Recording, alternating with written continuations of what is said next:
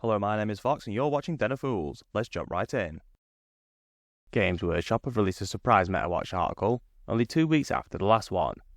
Due to the short period of time, they have not provided any win rates for us to compare, but they have given some indication of how they see the meta changing.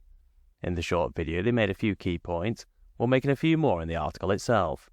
I do think it is a little amusing they included win rates in the title of the article, while not providing any at all. As it was only a short Metawatch video, there is not a lot to comment on, but we wanted to make a quick video of our own to discuss what was said. Josh from the 40k studio was invited on to talk about the changes, stating they are pretty happy with the initial win rates, although they weren't inclined to share them with us. One of the things they are most happy about is the larger variety of armies winning tournaments and placing highly at big events. They gave the examples of Guard, World Eaters, Aldari and Drukhari as recent event winners. Our data supports this, with all these factions picking up wins, especially Guard, who we featured in our last tournament spotlight.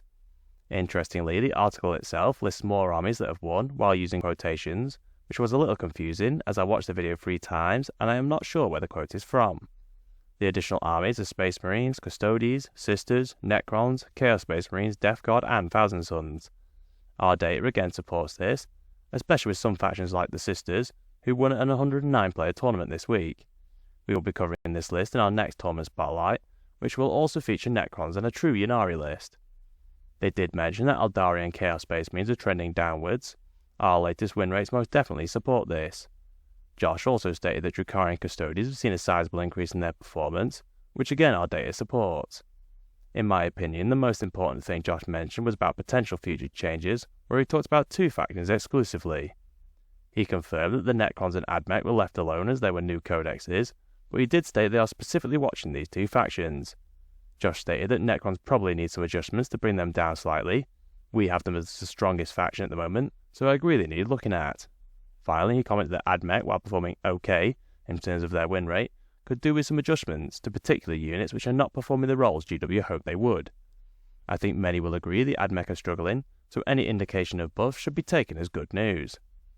Overall, it is only a short update, but I do find it interesting they have decided to release one so soon after the changes.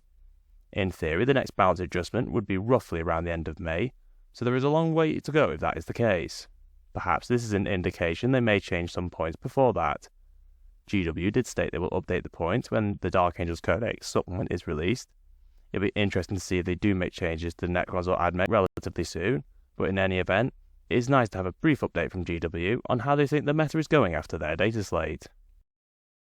If you enjoyed our content, please subscribe, check out one of the videos on screen, and consider using our affiliate links in the description. Thank you for watching.